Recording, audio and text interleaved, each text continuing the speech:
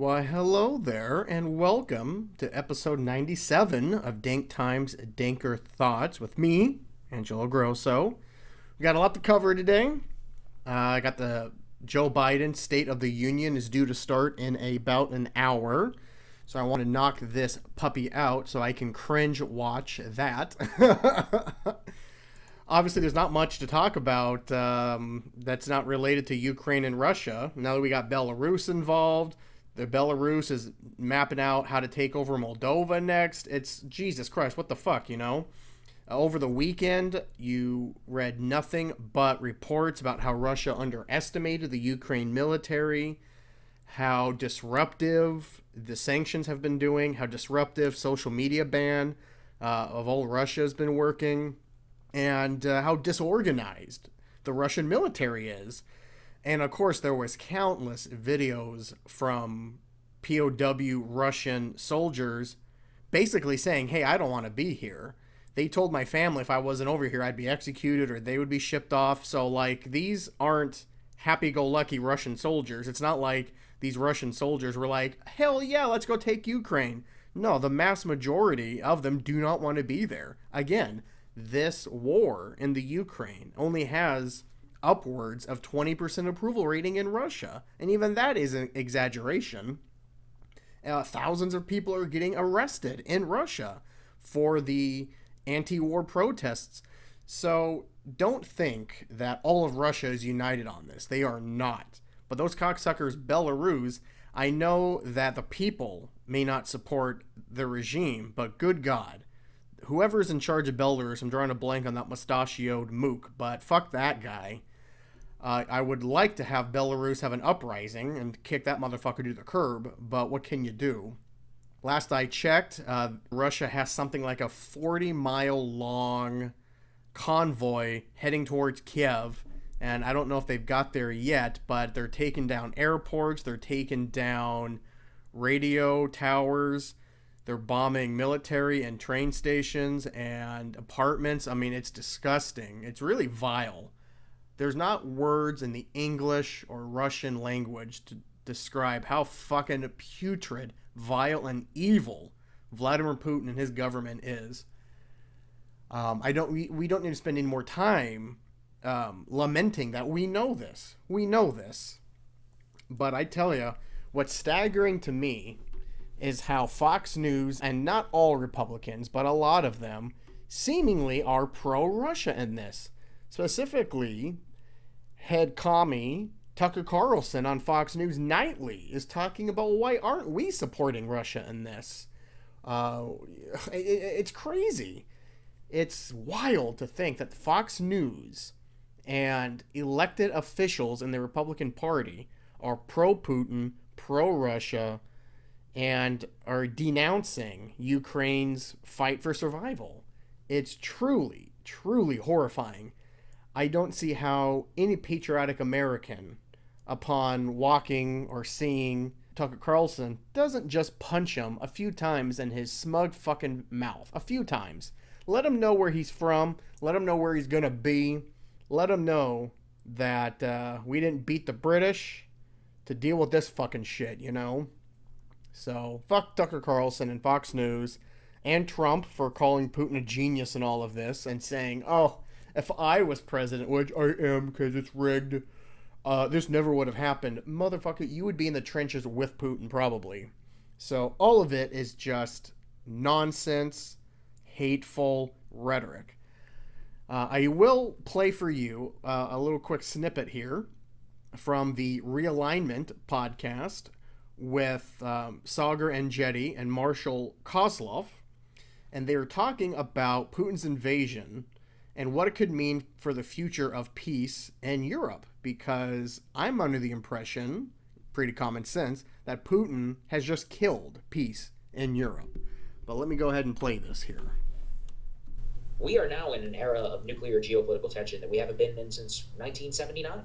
And so I just look at this and I think your domestic economy is failing. This is going to cost a colossal amount of money. I mean, just right now while you and I are talking, the Ukrainians just barred all men from the age of 18 to 60 from leaving the country. because they intend to mount a full-scale insurgency, and they're handing out AK-47s in the Times Square. I have no idea how it'll all work out. Will it like immediately collapse? Maybe. Maybe not. They're a proud people, and now you have to deal with that. You're going to learn the same lesson that we learned in Iraq. You break it, you buy it. Now you have 44 million people in order to maintain under your domain who you forcibly invaded and took over. I've been trying to play with a lot of history here, and Marshall, I'm curious what you think, which is that if you look at the grand sweep of the last 2 centuries of Russian leaders presiding over failed domestic economies who launch wars of aggression, it's not a good track record. Russo-Japanese 1904 was dealt explicitly in order to try and quell the rising Japanese empire. It turns into a colossal military disaster for the Russians. It ends up basically spelling the demise of the Tsar.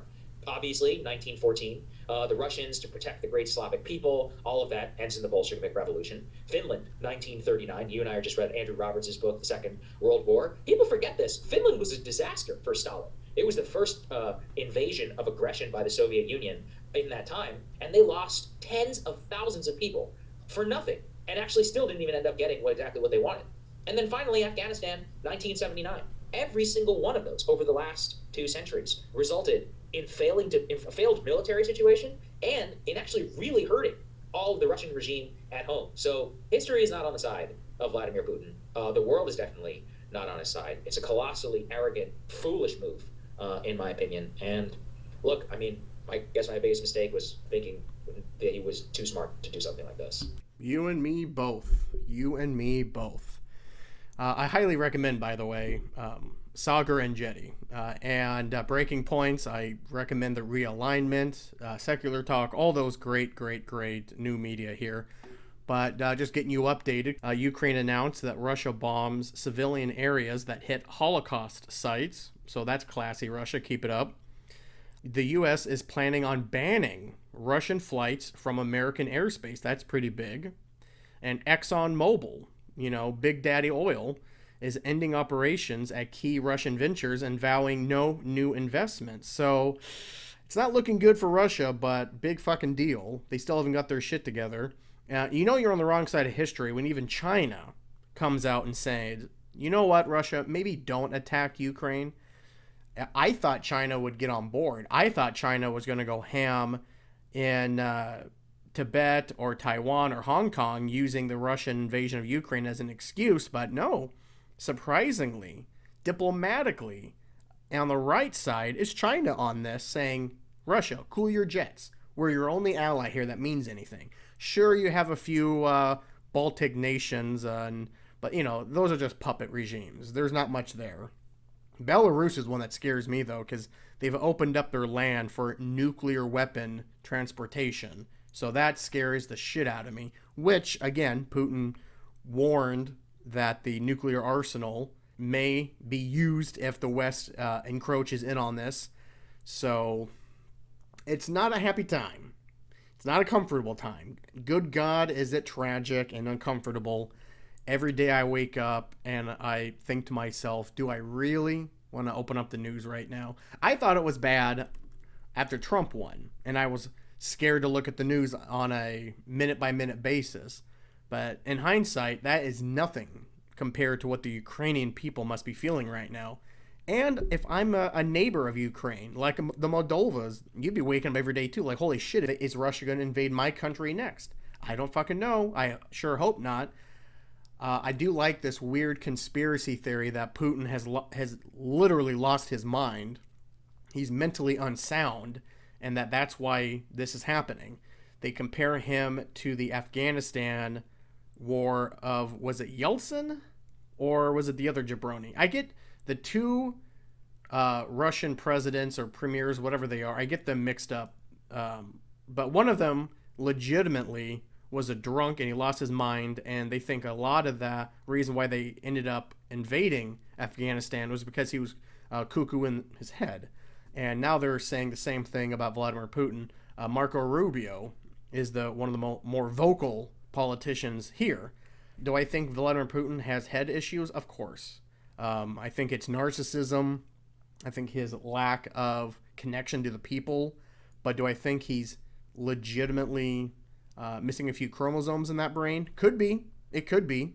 I'm not an expert, let alone a medical expert on this, but I think the only cure would be a bullet to the head. And so if I have any Russian listeners out there, please be the hero, comrade. Take care of business, you know? I know your society is all about manhood and manliness and hubris, but I feel like a person who'd want to become that hero would take out the trash of Putin, would then be elevated, and they can't be any worse, I would imagine. I may be sticking my foot in my mouth on this, but I can't imagine the next leader of Russia could be any worse than Putin, especially if that person ended up capping Putin in the ass. But anyways, I know Joe Biden, during his speech here, is going to talk a lot about Russia. He's also going to talk about inflation, gas prices, and what he plans to do with his next year before the Democrats lose everything, because God help the Democrats, they do not know how to govern. They can't get out of their own goddamn way.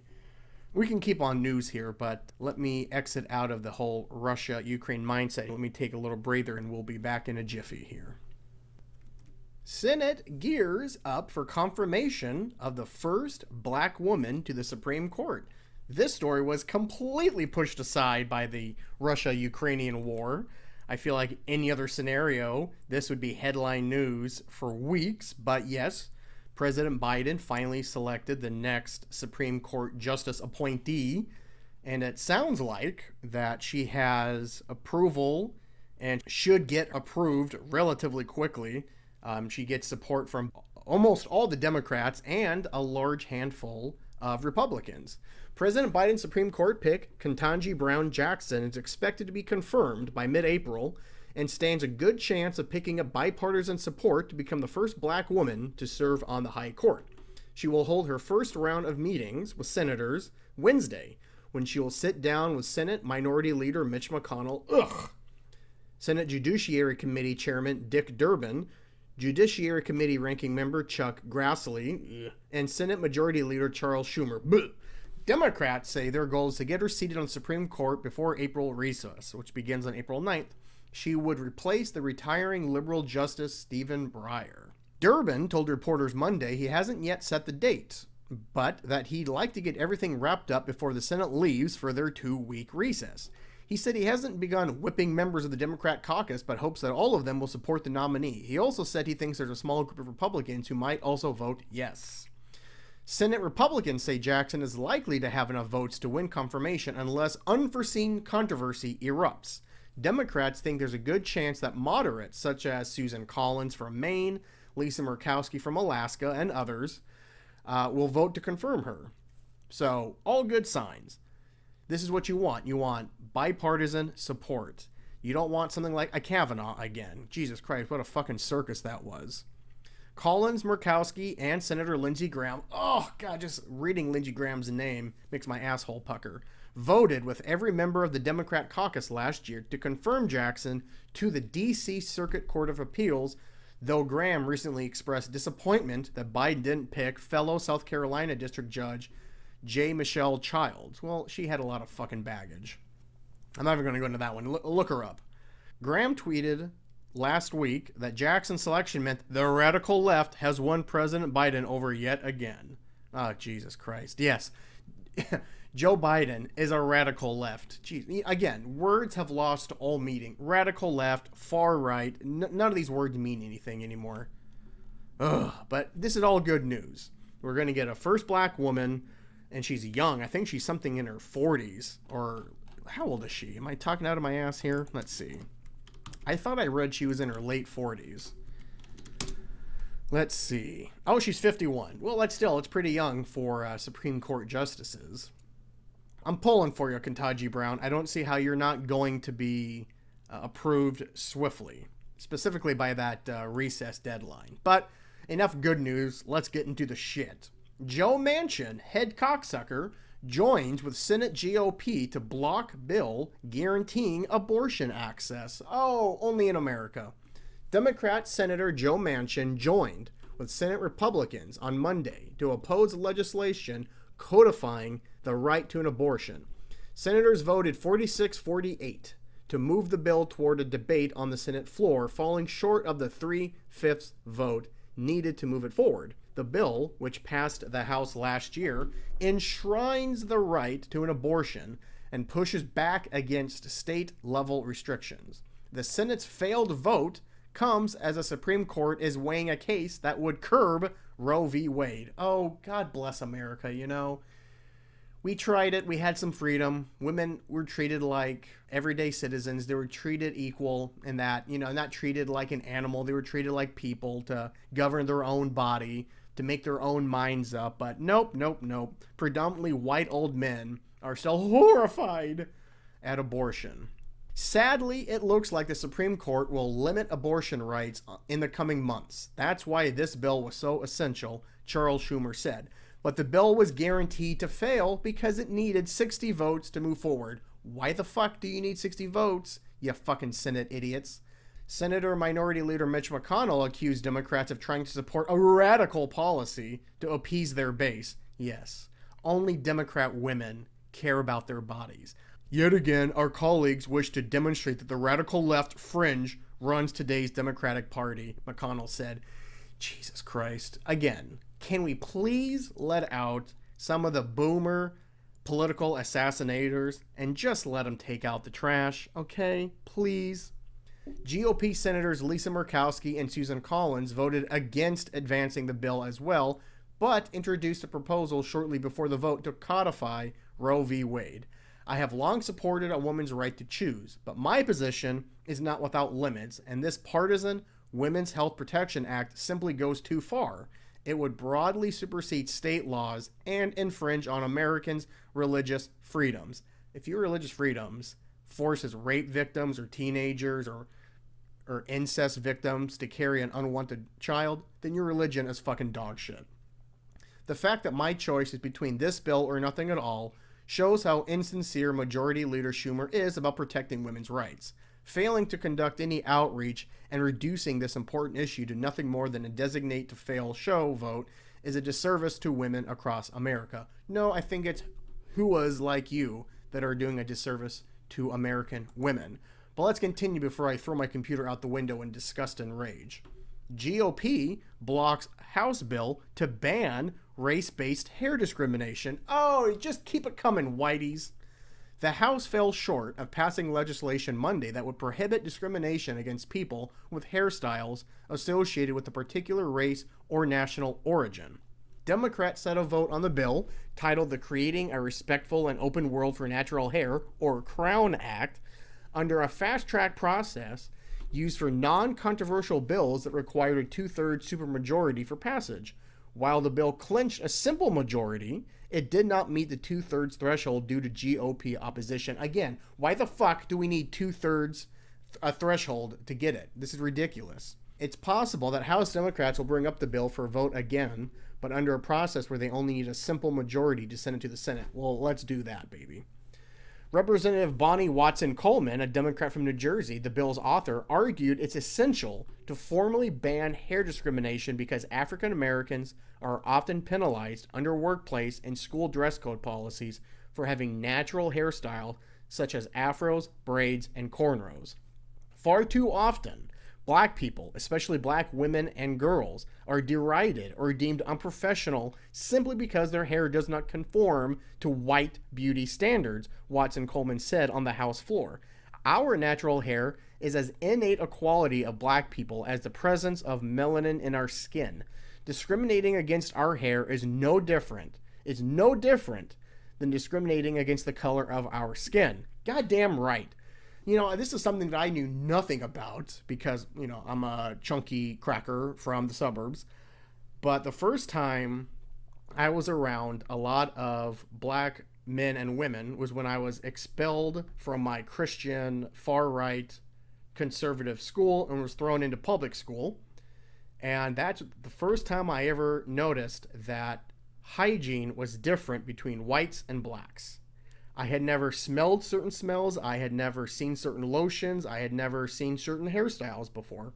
And being a chunky white kid from the suburbs who never saw any black people outside of athletes or actors or singers, it was all new to me. And I made a few black friends there, and I kind of learned that you cannot treat black hair the same as white hair. And it took me even longer to appreciate and understand predominantly black women with their weave and their wigs. I had no idea that those were weaves or wigs. I thought they were all natural hair. I was in relationships last year with two African American women who, when we were getting frisky, took off their their wig, and I thought, holy shit, you're almost bald. And they were, of course, nervous because they said, a lot of white men or white people in general are uneasy. And I said, I don't give a fuck. But again, it was kind of a initial shock, but no judgment. But I just didn't know that was a thing. So again, if I didn't know these things, and I consider myself relatively understanding, knowledgeable, dare I say woke about these things, but even I learn new things, really past where I should have learned about them.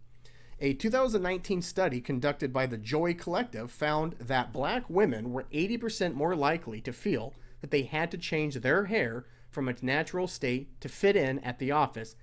I've worked with black women. I have heard that. Specifically when I was working in banking. It was frowned upon if you were a black man or a woman, but predominantly woman, if you had cornrows or you had an afro or anything like that, because it was seen as unprofessional. Now, it could also be where I worked, was it more blue-collar areas, but still, come on. If the style of someone's hair bothers you, what I want you to do is put your feet in concrete. And then I want you to jump in the water. We don't need more of you. We don't need more of your input, is what I'm saying here. The vote on the bill came moments after the House passed legislation to designate lynching as a federal hate crime. So we do have some good news. Lynching is now a hate crime. It only took until 2022. Democrats deliberately timed the votes on both bills for Monday, the last day of Black History Month. Well, Jesus Christ, what posturing. Why didn't you had all month to do this. You should have done it the very first day and had all month February to work out the kinks. Republicans questioned the need for new legislation formally banning race-based hair discrimination, arguing that it already prohibited under current law. Democrats are prioritizing this legislation, a bill to prohibit conduct already unlawful under our law, for political messaging reasons. This bill does not address any of the serious problems our country currently faces, said Representative Jim Jordan, a pedophile apologist, the top Republican on the House Judiciary Committee. Representative and white nationalist Lauren Boebert was more derisive. As she cast a proxy vote on the behalf of Louis Gohmert against the legislation, Boebert panned the legislation as the bad hair bill. Jesus Christ. You couldn't just say no. You had to be fucking racist, you white nationalistic cunt. I don't know who's worse, Marjorie Taylor Greene, or who was the other jabroni that spoke at that white nationalist conference? Paul Gosar. That's another story we're going to talk about. Representative Marjorie Taylor Greene from Georgia and Paul Gosar from Arizona made appearances at the America First Political Action Conference organized by proud white nationalist Nick Fuentes. And by the way, the Republicans are bashing this, but they don't say shit when the cameras are rolling. It's all behind the scenes during press releases. I want to see McConnell and McCarthy go on Fox News, go on CNN, go somewhere and say, these two are disgusting. There's no spot for them in the Republican Party. In fact, we are kicking them out. Oh, it's disgusting. Yeah, Kevin McCarthy on Tuesday refused an on-camera chance to condemn a pair of far-right lawmakers for their weakened participation in the white nationalist conference in Florida. Oh, where else would it be? Russia? Vladimir Putin was a celebrated figure during that conference, by the way. But with the cameras rolling at a House GOP leadership press conference, McCarthy refused to engage in discussion about rebuking Greene and Gosar any further. I've already commented on that. Moments later, McCarthy abruptly ended a small press gaggle in the hallway outside the press conference as soon as the report questions shifted from Ukraine to whether Greene and Gosar belonged in the House GOP conference. I answered that yesterday. It was that platform of cultural grievances that took center stage at the Conservative Political Action Conference last weekend and at the America First event that's generated the latest controversy for McCarthy and Republicans. McCarthy still faces pressure to speak out publicly to rein in the more controversial elements of his conference after Senate Minority Leader McConnell and Republican National Committee Chairman Ronna McDaniel distanced themselves in recent days. McCarthy later told the two reporters in the Capitol that he planned to speak with Green and Gosser about their participation in the conference. There is no place in our party for any of this. I think that's your base. Yet Green and Gosser remain without any formal sanctions from GOP leaders. By contrast, Arizona State Senate voted Tuesday to censure Republican State Senator Wendy Rogers for participating in the event. 11 Republicans approved of this historic reprimand. House Democrats and a handful of Republicans already voted to strip Green and Gosser of their committee assignments for promoting the notion of violence against their political opponents. That was the same punishment McCarthy used against former Representative Steve King, that rapist, in 2019 for questioning in a New York Times interview why the term white nationalism and white supremacy were considered offensive. That sounds like such a boomer comment. But McCarthy opposed taking committee seats away from Green and Gosser and has vowed to restore them if Republicans win back the House. So you don't care. You don't care. You just don't. Just minutes before introducing Green, Fuentes, the head cocksucker at that white nationalist event, said his organization's secret sauce is young white men, declared that America and the world has forgotten about them, but not us, and asked the crowd to give a round of applause for Russia. Attendees then chanted the Russian president's name, Putin, Putin. With that introduction, you should have walked off stage, McCarthy said. But Marjorie Taylor Greene maintained that she wasn't listening to Fuentes' remarks. She also insisted, I don't know him, even though she shook hands with him as she took the podium. I am not associated with any of these comments. I don't believe those things. I'm only responsible for my words and my words only, Greene said in a brief interview. Greene attended the conference in person, as she did at the Conservative Political Action Conference that was also held in Florida over the weekend. Gosser spoke at both. Democrats, meanwhile, have pounced on both Greene and Gosser for the participation in the Fringe Conference and GOP leaders for their tepid reprimand of members associating with white nationalism. Rep. Alexandria Ocasio-Cortez, saucy mama, a liberal firebrand representing Queens and Bronx, blasted McCarthy, accusing the Republican leader of indulging racism within his ranks. He doesn't want to alienate his base, she tweeted.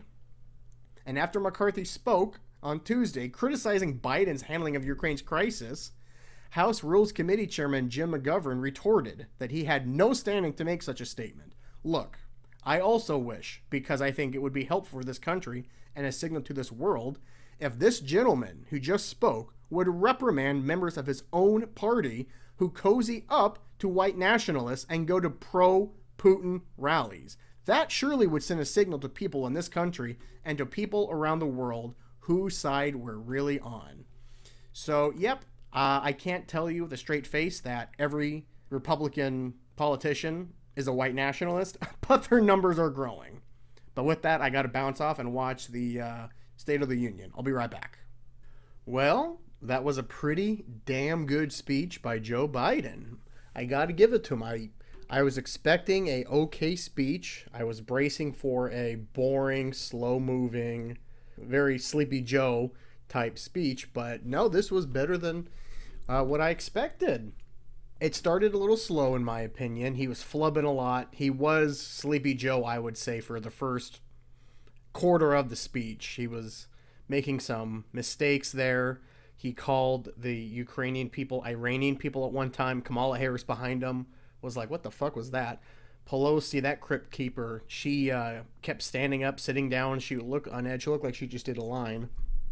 But all in all, I gotta say, the merits of the speech were spot on. He hit on a lot of progressive viewpoints, which I was surprised at, and something that I was very happy to see, but I had to pinch myself because I could not believe I was seeing it. He was getting a standing ovation, which is not new. These State of the Unions get standing ovations usually, but it's, a partisan. When Trump was giving them, only Republicans would stand. When Obama would give them, only Democrats would stand. But on this one, Biden's first, maskless, which was great to see. And a lot of his speech was devoted to COVID, the past, present, and future of it in this country. But no, he got many standing ovations that were bipartisan. Republicans stood. He said something about, securing our border and whatnot, and even that pufferfish Ted Cruz applauded. So that's amazing to see, especially with Biden. He's a dinosaur. And I did not think he would get any Republican supporter applause, and he got a lot of it. There was something near the end. Someone yelled at Biden, interrupted his speech, and got a lot of boos and hisses, but I don't know what was yelled. I don't even know if it was a man or a woman or a trans. I don't know. I think the person yelled 13 something.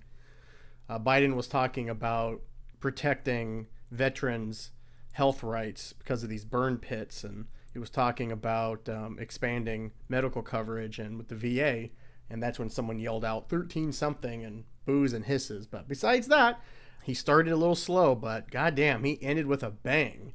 I was texting a few of my buddies that, he's saying all the right things, but I sure wish Biden had a little bit of that Trump charisma.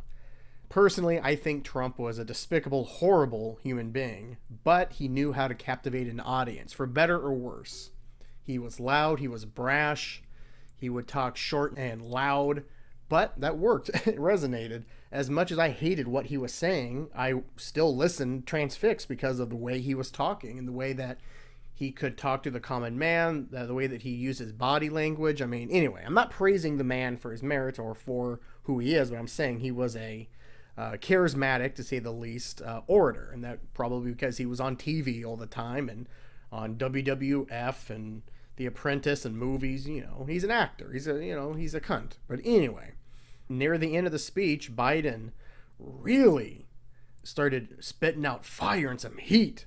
I don't know if somebody lit a fire under his ass, but it took him about an hour to get going. But he closed the final few minutes with such passion and emotion that, I wish he spoke like that the entire time. But yeah, I think he did a really great job. The nitpick I have is that he did not address any of his criticisms. I wish he would have spoken more about the pushback on the vaccine mandates, the mask mandates, inflation, gas prices. I mean, he addressed some of those things, but it was a lot of positivity. And what are we going to do moving forward? I think if he was a little vulnerable and said, I know some of you are saying that the vaccine mandates, for example, may have gone too far, just acknowledge it. I understand that the Afghanistan withdrawal didn't look too good, but I still think I did make the right decision. That wasn't even mentioned, by the way. That was something surprising to me. I thought he would have said something about leaving war, trying to, calm it down a little bit. He did talk about how we're not going to send troops to fight Russia and all that, but yeah, no mention of Afghanistan. But if he did, I missed it. I apologize for this, but yeah, I wish he would have addressed his critics a little bit. But anyway, all in all, I am quite surprised and astounded at how good of the speech that was. Again, nitpicks aside, I give it a solid A-. I don't know why I have to grade everything, but yeah, way to go, Joe. I hope the media coverage on the right doesn't drag you over the coals too much. But anyway, let's continue on here. Now let's get to the personal sexy drama that I know all of my listeners is dying to hear. Well, Angelo, how's online dating? Oh, well, if you must know, it's still the equivalent of the Titanic sinking, me floating in the water trying to get on the door, but a fat bitch named Kate Winslet won't let me on the door. That's as best as I can compare online dating right now. I will say this, though, all dramatics aside. I am talking to one girl that there seems to be a connection with. We've already talked about that. She said it to me first, which is always nice. And it's even better when I can reciprocate that emotion and tell her, yeah, I'm also feeling a great connection here. So now we're trying to figure out a time to go out and meet. What do you call it? A date or a meetup or a hangout, whatever. So we're discussing that currently. However, she's the only one out of about, I lost count after like 20 something. I know I said last podcast there was about 20 to 25. I started to lose count even then, but it's never been an issue of quantity with me. It's quality. And I don't know if it's just me or if it's every jabroni on the dating apps, but I feel like if there is a fake account, a bot account, or just some hooah that's trying to get me to pay for her OnlyFans. I seem to get the connection with all of them. And so then I get my hopes up when I see alert on my phone saying, oh, you have a new Be in the Hive or whatever fucking Bumble says. And I get kind of excited, like, oh, maybe this is the one. And I look, and she just looks like a warped alien hussy. She doesn't even look like a human being. And I'm like, okay, again, wasting my time. And fuck you, Bumble, for not being able to filter out this trash. But I digress. I don't really have any funny or whimsical tales to tell. Let's see. I was talking to two ladies, but they started trying to get me hooked on cryptocurrency. I don't know why. Predominantly Asian women on dating apps. They start off great, but within about a week, they start sending you screenshots and apps all about cryptocurrency. I say right on my profile, not interested in crypto or digital currency, not for me. So who knows if these people are even real. I don't want to be close-minded, and whenever I see an Asian woman on these dating apps, I just want to swipe no, because I just assume that it's a fake account or a crypto enthusiast. I don't want to limit myself like that, but good God. It's got to be 99% nutrition rate, honestly. So that's a little frustrating. But there's a girl I'm talking to now. I'm trying not to get my hopes up, because I do have the propensity to do that, especially when you hit it off just through text, and you think, well, if the texting is this good, in person's even going to be better. Well, you kind of set yourself up for failure because you put that person on a automatic pedestal. And I hope they don't do that to me either. I assume they don't, but who knows? Who knows? Maybe there are some lonely bitches out there like me. But I gotta say, now that I'm actually talking to one person multiple times a day, it feels a lot better than last week, where I would open my phone and I would get 5 connections, but then all of them would be bunk. So then I'd have to delete all of them, or I would be like, oh, this person's real. Talk to them for a day or two, and then you find out, well, Jesus, I've been wasting all my time and energy. Yeah, it's still frustrating, but I am excited to see this lady, even if it's a train wreck of a date or a meetup or whatnot. At least it's exciting that I can still have a connection with someone instantly through online dating, because it does exist. Those connections do exist every now and then. We'll see where that goes. And yeah, I've always said this. Feel free to share your stories with me if you want me to talk about it on the podcast. I did have a few in the past reach out to me, and I talked about them. I think it's fun. I like to analyze. I like to make fun. I like to try to help people.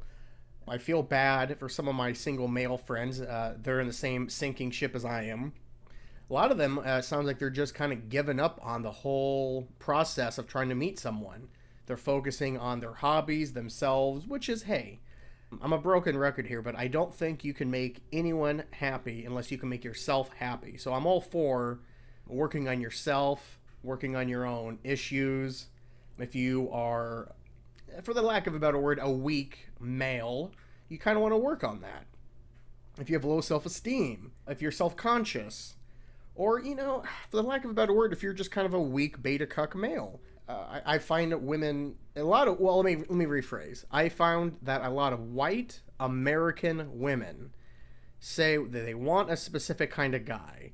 When they get that specific kind of guy, they get bored quickly with him. I feel like everyone's just trying to figure it out as best they can, minute to minute. I try to calm it down and try to focus on long term when it comes to trying to find someone. But hey, I'm a man. So I have the same horny urges as all other men. So I think with my cock first. I'm trying to get over that, trying to get past that, but it's in my genetic DNA. Plus, I'm half European Mediterranean trash. So we always think cock first. At least we're romantic about it. I know a lot of guys just want sex, and they want their version of sex, which is no foreplay, no female orgasm. They just want to put it in, splooge, and roll over and fall asleep. I am not like that. In fact, I have a hard time getting off if I don't get the girl off first. But What can I say? I'm a romantic. So, calm down if you think there's no one out there for you. Although I don't believe in that Disney Hallmark bullshit. Oh, there's a special someone for everyone out there. No, no, no. And if you really want to make a difference, start fucking people uglier than you. Build up their self-esteem, and then you can break it off with them. But then they're riding cloud nine. You know, I think that I am physically, visually, maybe a 6 out of 10. Maybe. A low 6. Maybe a 6.1, 6.2. But my personality and my humor and my outlook on things bumps me up to a mid 7, depending on who I'm talking to. Maybe bumps me up to 7.8, 7.9. I'm definitely not an 8 or a 9 out of 10. No, no, no. But I think 7.5 to 7.8. That's where I am. I wasn't always. I had to work on a lot of bullshit. You know, you take a lot of your own baggage, and instead of working on it, you try to push it aside or come up with excuses. You know, you kind of become a mopey, judgy cunt, and then you force that baggage on whatever poor bastard you're trying to settle down with or try to get with. And inevitably, it's not going to end well. And if it does end, quote, well, is it though? Like, if you marry someone or get someone pregnant just because you're lonely or depressed and you just want to sink your nails into this person and not let go for the wrong reasons, that's not going to end well either. That's how murder-suicides happen. Or that's how baby shaking happens, you know? No parent looks at their newborn and says, I can't wait to shake this little critter in a few months. No. I think baby shakes happen because people who aren't ready to be parents become parents, and they're not really mentally or physically or emotionally prepared to sleep 2 hours a night for a couple months until the kid figures it out. You know, that takes a lot of patience and a maturity. And it's even worse if one person's doing everything, usually the woman, and the guy's hands off. Hey, I stuck my dick in you and I came and a baby came out. My work is done. Oh, you dumb fuck. But anyway, so that's what's going on with the single life. I hope all my single listeners out there are doing not as good as I am in terms of finding the special someone, because it's not going that great for me. I'm just kind of happy because, you know, out of these 50 bridge trolls that I've connected with over the past few weeks, I have found one that has kind of floated to the top. So we'll see where that happens. I haven't even met this person yet, so I already am a little hesitant to talk about her as much as I already have. So maybe I should just stop now before I ruin everything. But moving on, we're almost done here. I did want to bring up a Seattle Times article that was originally from the New York Times, and it has to do with the COVID restrictions around the country being lifted. Should you still wear a mask after the mandates are lifted? How to tackle that choice. As masking mandates lift and new coronavirus infections fall across the U.S., there's a lot of confusion about if and when to wear a mask. One good way to frame this issue is to ask, who is the most vulnerable person in your immediate circle? If you have compromised immunity, for example, or live with someone who does, it's a good idea to continue to wear a mask and maintain social distance around strangers, especially indoor areas with standing air where the virus may collect. Masks are also important if you're unvaccinated or spending time with others who are unvaccinated. Unvaccinated people are at overwhelmingly higher risk of hospitalization and death from COVID-19. Masks are also a must in hospitals where there are many vulnerable people. But if you're otherwise healthy and have received your vaccine and booster shots, your risk of getting seriously ill with COVID is extraordinarily small. It's about in line with other risks people take every day, such as driving in a car. Many people are weighing the fact that they would love to go back to normal and may be willing to accept a little bit of risk in order to gain a level of simplicity that they last knew in 2019, and that's not irrational. I put myself in that bucket. I do not have immunity problems. I am vaccinated. I got the booster. The people in my life that you could maybe define as being a compromised immunity are my parents, because they're both in their mid-70s, and really it's just anyone over a boomer. That's what you got to do. If you're around boomers, yes, you probably want to take more precautions. But if you're vaxxed, you got your booster, and you're trying your best to stay healthy, and you're just being smart, common sense, then I think it's not irrational to want to go back to quote unquote normal life. Although I would argue, I don't think we're ever going to get that again. And that may sound dour and a little depressing to some people, but I just don't see it happening. I don't. I hope I'm wrong. I hope that in a year or two, it's just like 2019 again. But I feel like this is going to not fuck us up for the long term, but I hope we learn some things, some positive things from this. Specifically, if you feel ill, do not go to work. Wear a mask if you have to. It also showed that the working class have way more organization power than the companies they work for or their employers have alluded to. So there are some massive positivities that have come out of this pandemic, at least to me. There's always the risk that someone may develop long COVID-19 even if they are vaccinated. Much about the condition remains unknown. If infection rates where you live are high, which has been pretty much everywhere during the last Omicron wave, the CDC continues to recommend masks in most indoor spaces. But in many situations, the decision to wear a mask is becoming personal. Should you mask outside? There is little scientific evidence to show that face coverings offer much added protection in many outdoor spaces, such as sidewalks or parks. Things get a little hairier with crowds, like at concerts or sports venues. Well, that makes sense. How about supermarkets or gyms? First and foremost, follow the norms and the rules of the businesses you're entering. Well, that's a gimme. If the sign at the door says mask required, you don't want to make retail workers have to enforce policies over which they have no control. Their jobs are hard enough, and everyone can wear a mask with little sacrifice. And I got to pat myself on the back here. I've only yelled at 3 people during this whole pandemic for not wearing a mask and yelling at minimum wage paying high school kids. The most recent one was when I yelled at this old white cunt at a Trader Joe's for refusing to wear her mask during the height of the Omicron wave, and she was even fighting back this employee, who I could tell the employee didn't give a shit, but she's saying, look, here's our rules, these are the state laws, you gotta wear a mask, ma'am. And the lady just would not shut the fuck up, and she was blocking the eggs where I needed to get my fucking eggs. So I walked up to her, and I look at her, and I say, Jesus Christ, lady. She looked at me all scared, and I said, wear the mask. How are you new to this?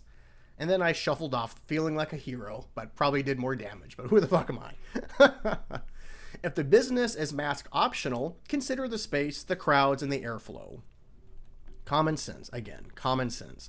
What about on public transit or airplanes? Public transit is exempt from local mandates. You are still required to wear a mask per federal requirements. It's also just a good idea. On buses and subways, there are a lot of strangers moving in and out of tight, enclosed spaces. On airplanes, you should definitely wear a mask. There's no national mandate requiring airline passengers to be vaccinated. So even if you are vaccinated, you don't know the status of the people around you.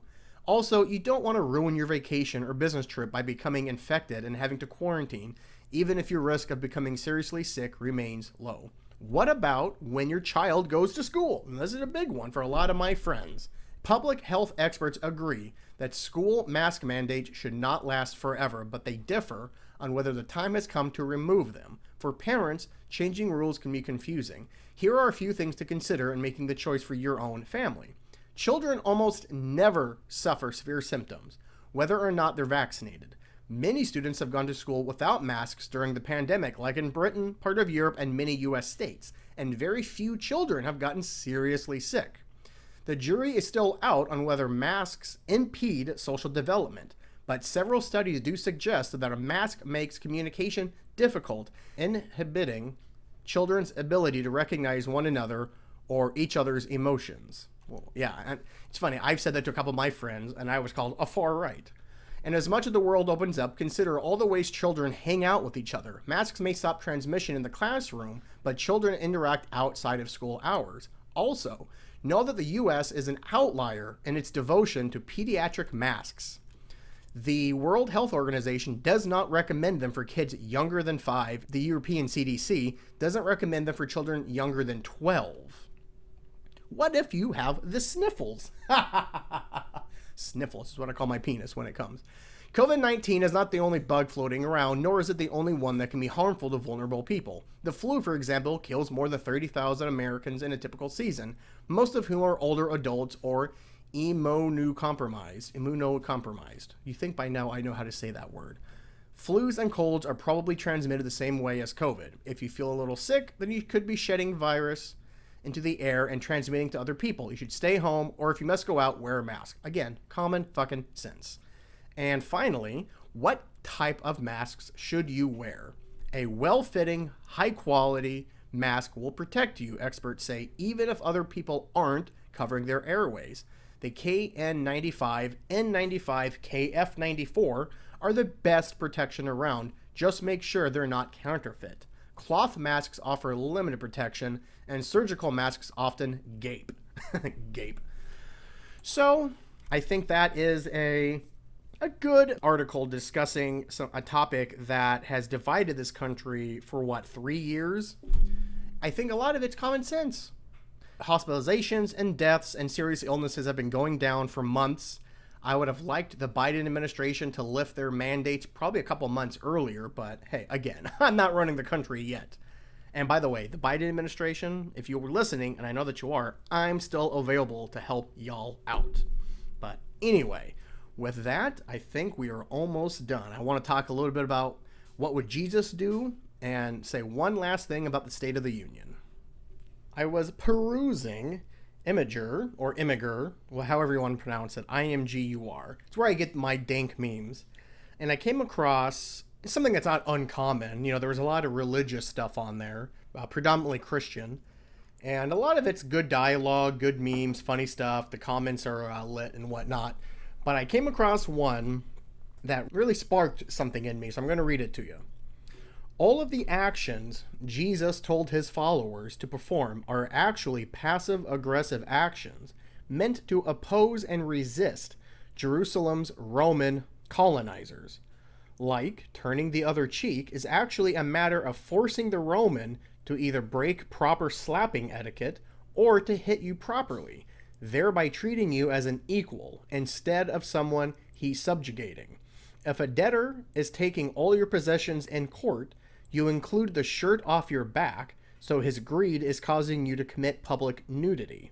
And when a soldier forces you to carry his equipment, as per the law of the time, you go the extra mile with him, literally carrying his bag beyond the distance that the law stipulates, and therefore making the action illegal. This is why religious context matters. And I could not agree more with this. One of the many reasons I stopped being a Christian is just the utter hypocrisy, to put it mildly, that I would see in almost every Christian friend, family, stranger that I would meet. And back when I used to waste my Sundays by going to church instead of staying in, getting high and watching football like I do now, I was just appalled at some of the bullshit that people in religious power were using the Bible to back up their incredibly awful, racist, sexist, homophobic claims. And that's one of the many reasons why I left the faith. Another kind of nail in the coffin, so to speak, or I guess the nail on the cross, so to speak,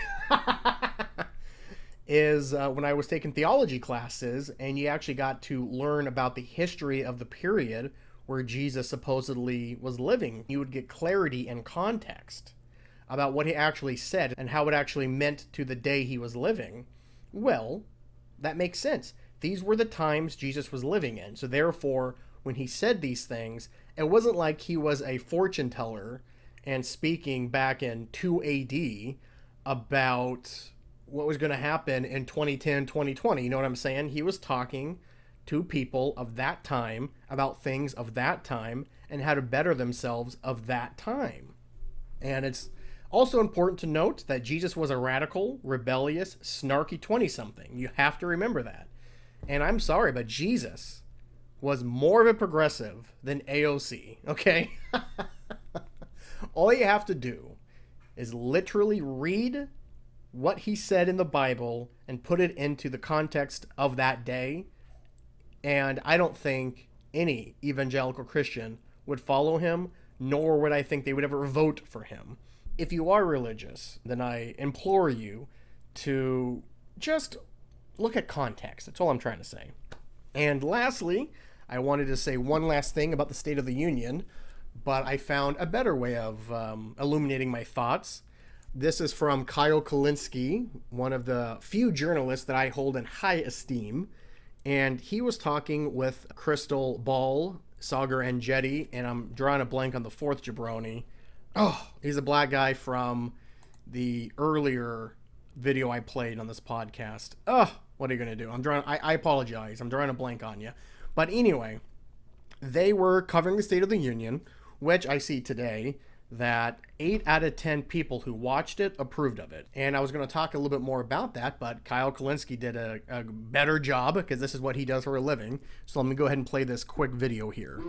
So, I mean, first and foremost, what you have to do is brag about the good stuff that you actually did. That's what every president does in one of these speeches. So, right off the bat, I would brag about the fact that Biden raised the minimum wage to $15 an hour for all federal government employees and federal government contractors. That's something I would really be aggressive on. The other thing is he did right to repair. Remember that for the farmers. Now, most people don't know what it is. That was a huge deal. Most people don't know what that is, but he has an opportunity to explain it to people. It used to be like forced to take your equipment into John Deere and then pay them to fix your stuff. And then now he said, no, that's crazy. You have a right to repair your own stuff. Pulling out of Afghanistan is something else that I would do. One of the things that's not talked about nearly as much as it should be is that he actually massively reduced the drone war too. Massively reduced the drone war. So those are some of the things that I would brag about if I was him. But the other thing I would do is, look, I would go full, almost like Joker mode if I was Biden, and I would call out the exact people who are blocking his agenda. Damn straight. And I would be specific about why they're blocking it. I would say it's the Republican Party, and then you got Kirsten Sinema, you got Joe Manchin, and these people are taking a tremendous amount of money from giant corporations, and then they're blocking all these basic things that everybody wants according to the polling. And I have some of the polling in front of me right now. So people want Medicare price reduction, or lowering drug prices. That's 73% popular. That's being blocked. Lowering the Medicare age, 59% popular. Universal pre-K, 59% popular. Tuition-free community college, 58% popular. The list goes on and on here. Extending the child tax benefit, that's 9 points over water. And then, of course, the tax hikes. All these things are being, tax hikes on the wealthy, I should be clear. All these things are being blocked by those people right there, and the reason why they're blocking it is because they're corrupt and because they're bought by their donors. So I want you to know who the problem is, and I want you to know that I'm going to work around that, and what I'm going to do as soon as I'm done with this speech is go sign an executive order on eliminating student loan debt. Let's do free college by doing rolling student loan debt elimination, which you can do through executive order. I would go down a whole list of things. I'm going to legalize marijuana, or at the very least decriminalize it, and I'll do it through executive order. That's something that pulls at like 60-70% now. But again, I don't think he has it in him. I just don't think he just doesn't agree with the things I'm saying. Yeah, and I could not agree more. And by the way, the poor guy, could not remember his name, was Marshall Kozlov. He was on the Realignment podcast that I played earlier with Sagar and Jetty. So there's some good journalists there to check out if you tend to agree with what I say on here, what my ideologies are, my beliefs, whatever. But with that, I think we are done with another podcast. Like I always say, take it sleazy. Don't do anything I wouldn't do. Treat others as you want to be treated.